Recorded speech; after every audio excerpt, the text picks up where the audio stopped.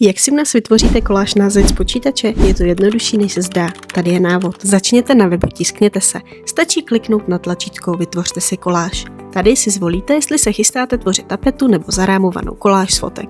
My si ukážeme návod na koláž. Vyberete si velikost a také to, jestli máte fotografie na výšku, na šířku nebo do čtverce.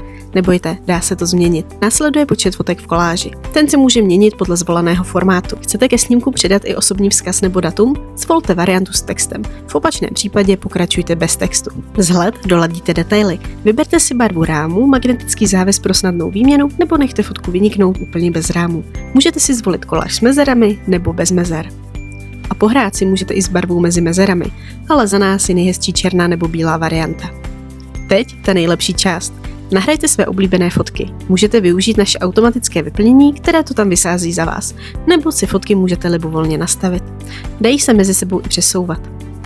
Malý tip od nás. Rozklikněte si šipku možnosti a zkontrolujte ořezy. Přes ikonku tužky navíc můžete každou fotku přiblížit, oddálit, posunout nebo ji zkusit v černobílé variantě. Stačí dát aplikovat a máte hotovo. Jakmile jste se svou tvorbou spokojení, klikněte na koupit. V košíku už jen zadáte slevový kód, pokud ho máte, vyberete dopravu a platbu a vyplníte údaje. Pak už je to na nás v Litomyšli. Vaše vzpomínky s láskou vytiskneme, zabalíme a pošleme k vám domů.